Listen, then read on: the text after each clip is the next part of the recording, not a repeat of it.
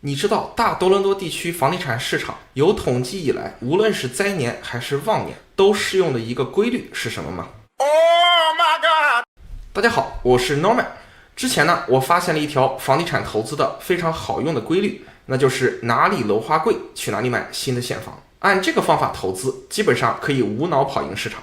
那么除了这一条以外，还有没有在房地产市场中长期都可以适用的其他规律呢？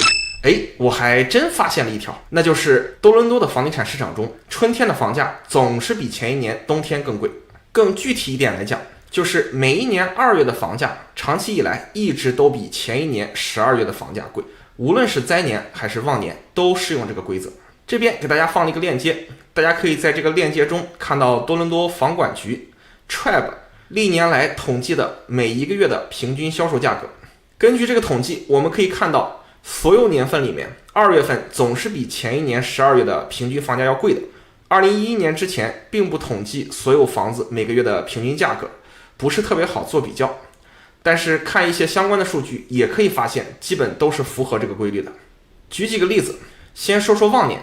2016年是一个标准意义上的旺年，这一年2月跟前一年的12月比，价格如何呢？均价从60.9万涨到了68.5万，涨了 12.5%。2021年也是一个旺年，2021年的2月跟20年的12月比较一下，均价从93.2万涨到了104.5万，涨了 12%。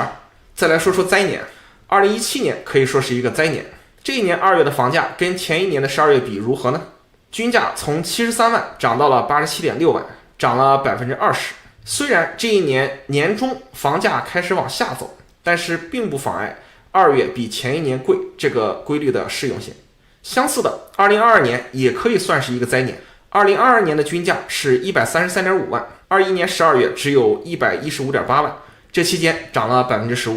其他年份不跟大家一一列举了，都是符合这一规律的，欢迎大家自行查阅。究竟为什么会出现这样的情况呢？我其实也并不确定的知道这个问题的正确答案。我在这边给大家做了几个我的最佳猜测。根据大部分加拿大人的习惯，12月中不管是上班还是上学的，大家基本上都开始放假休息了。这个时候没有人顾得上去买房子了。同时呢，天气也比较恶劣，看房子也不太方便，整体的交易一般是比较萧条的。相反的，每年2月开春的时候，该上班上学的人大家都回来上班上学了，开始了紧张忙碌新的一年的生活。这时候积压了一个冬天几个月的对买房的需求就会开始比较集中的爆发，相应的整个市场的交易也会更火热。除此之外，人们在心理上也是在跨年的时候对涨价这件事情的接受度更高一点。这也是为啥平时的工资、物价、TTC 的车票也都是赶在跨年的时候来涨价的。所以我的感觉是，房价在跨年的时候随着物价的上涨，通货膨胀了嘛，也跟着一起涨了。这个时候人们的心理也是更好接受的。大家如果还有对这个问题的合理解释我没有提到的，都欢迎在评论区留言告诉我。毕竟房地产和其他类型的投资也不是严格意义上的100%的数学推导，我们没有办法真正的了解规律背后的本质是什么。那么在知道了这个规律之后，我们可以怎么样应用这样一个规律呢？简单讲，答案是尽量年末买，年初卖。